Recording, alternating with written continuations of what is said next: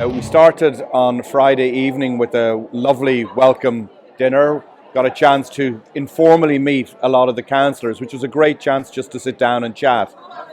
Yesterday and Saturday we started off with our meetings, and we had a stream of meeting after meeting, and it was absolutely incredible.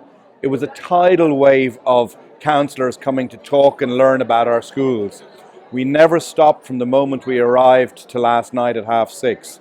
And then we had a wonderful gala dinner last night with fantastic music and dancing and great company. And it was great to relax and have a wonderful night at the end of such a busy day.